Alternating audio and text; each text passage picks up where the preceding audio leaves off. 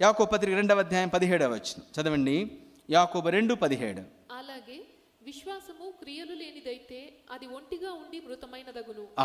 Act on faith లేదా నీ విశ్వాసమును పని చేయించు. యాకోబు పత్రిక 2వ అధ్యాయం 17వ వచనం. అలాగే విశ్వాసము క్రియలు లేనిదైతే అది ఒంటరిగా ఉండి మృతమైనదగును, అంటే చచ్చిపోతుంది.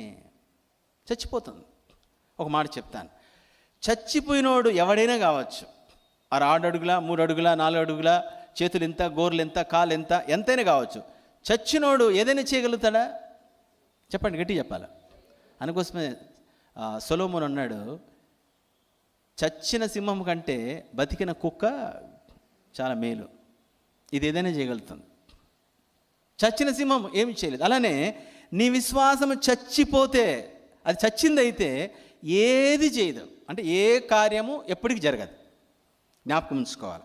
నీ విశ్వాసమును పని చేయించు. అలాగే విశ్వాసం క్రియలు లేనిదైతే, అంటే క్రియలు అది ఒంటరిగా ఉండి, అంటే విశ్వాసము, ఇప్పుడు విశ్వాసంతో పాటు క్రియలు. చాలాసార్లు ఏమిటంటే, నేను నమ్ముతున్నాను, కాఫీ తీసుకుంటాడు, పేపర్ తీసుకుంటాడు, టీవీ ఆన్ చేసుకుంటాడు, కాళ్ళ మీద కాదు. దేవుడు సమస్తం సాధ్యమన్నా, దేవుడు ఏదైనా చేయగలడన్నా, ఆయన ఏదైనా చేయగలడు. ఆయన ఏదైనా చేయగలడు సంగతి నువ్వు చెప్పాలా, నేను చెప్పాలా? ఆయన ఏం చేయగలడు, చేయలేడు, చేయగలడు కాదు సమస్య. వాట్ ఈస్ ద ప్రాబ్లం అంటే, నీవు నమ్మగలవా, నీకు విశ్వాసం ఉందా? That is the question. దేవుడు ఏం చేయగలడు అనేది క్వశ్చన్ కాదు అసలు. నీకు సమస్తం సాధ్యం ప్రభా, నువ్వు ఏదైనా చేయగలవు ప్రభా, నువ్వు సమస్తం చేయగలవు ప్రభా, నువ్వు ఎంతైనా చేయగలవు ప్రభా. అది నువ్వు అన్నా చేయగలడు, అనకపోయినా చేయగలడు. దేవుడు ఏం చేయగలడు అది నువ్వు చెప్పాల్సిన సబ్జెక్ట్ కాదు, నేను చెప్పాల్సిన సబ్జెక్ట్ కాదు. అయితే ఆయన చేయాలి అంటే మనం ఏమి చేయాలి, లేదా మనకి ఏముండాలి? క్రియలతో కూడిన విశ్వాసం. అందుకోసమనే విశ్వాసాన్ని క్రియలో పెట్టాలి, అంటే పని చేయించాలి.